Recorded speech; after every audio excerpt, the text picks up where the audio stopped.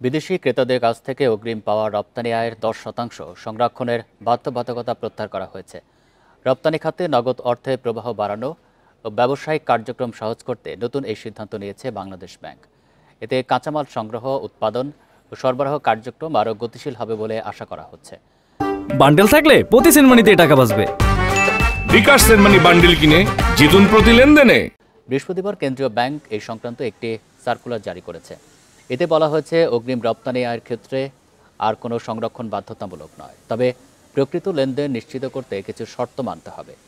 শর্ত অনুযায়ী রপ্তানিকারকের অবশ্যই নিশ্চিত এলসি বা বৈধ চুক্তি থাকতে হবে।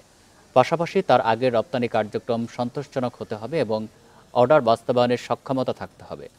এছাড়া অগ্রিম প্রাপ্ত অর্থ অবশ্যই সুদমুক্ত হতে হবে।